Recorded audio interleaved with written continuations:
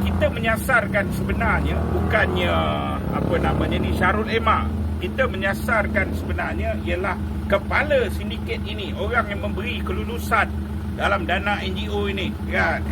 Dan seperti yang pihak tuan telah maklum, saya yang memulakan mendedahkan sindiket membedal dana NGO berdasarkan bukti yang ia terkait setiausaha politik Perdana Menteri.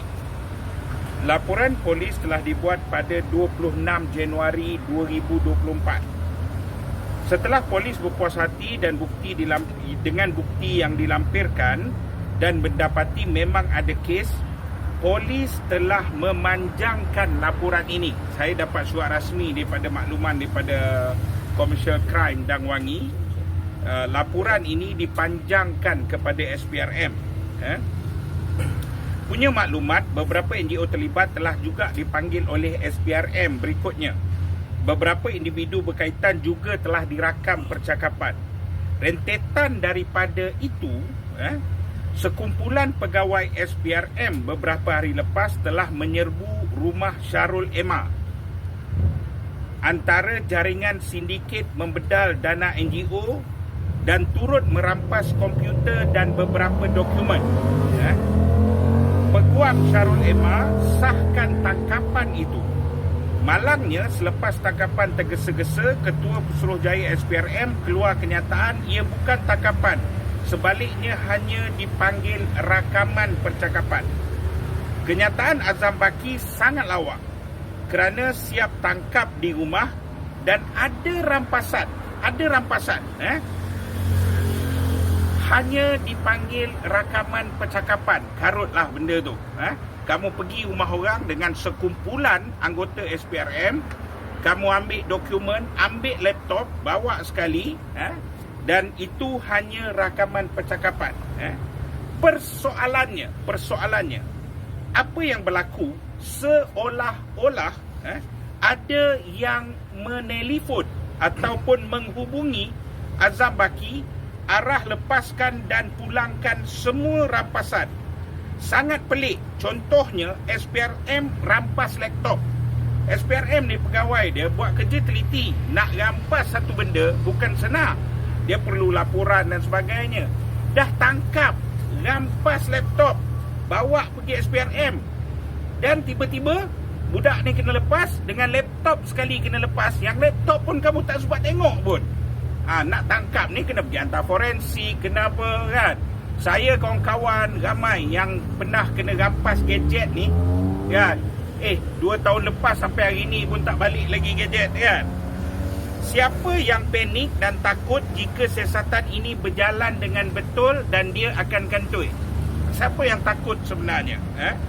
Sebagai orang yang bertanggungjawab membongkar kes dan lapor kes ini, saya ingin bertanya kepada SPRM status siasatan kes ini dan menyatakan kesediaan saya sedia bekerjasama dan membantu siasatan. Saya yakin PDRM telah memanjangkan bahan bukti yang saya hantar ke PDRM, tetapi untuk menerangkan satu persatu, sebab kes sindiket ini sangat bijak, sangat licik kan. Untuk menerangkan satu persatu, saya sedia untuk tampil ke SPRM. Hampir 2 bulan saya dedahkan sindiket membedal dana NGO. Saya gunakan konotasi bedal sebab apa? Sebab rakaman yang mana Syarul Emma ni, dia sendiri, kita 50% ni kita bedal lah. Istilah itu dia gunakan sendiri. Dari bukti yang ada, ia menunjukkan sindiket ini turut terkait setiausaha politik Perdana Menteri. Mereka mencari NGO yang setuju jadi keldai akaun, NGO yang sanggup membuat kertas kerja palsu permohonan dana program. Antara tajuk permohonan ialah beli lembu korban dan bantuan anak yatim. Bayangkan, beli lembu korban dan dana anak yatim pun kena bedal. NGO yang buat kertas kerja palsu akan serahkan kepada sindiket non-I Syarul Emma untuk dikatakan diserahkan kepada pihak Samsul Iskandar Ma'akin. Setiausaha politik beri kelulusan dan dana dimasukkan terus ke NGO keldai akaun. Okey. Setiausaha politik boleh nafikan pelibatan dia, setiausaha politik Perdana Menteri. Tetapi macam mana benda ni boleh lulus? Sebab semua kertas kerja untuk perhatian setiausaha politik. Dan Kamu boleh nafi apalah, tapi itu yang berlaku, kan?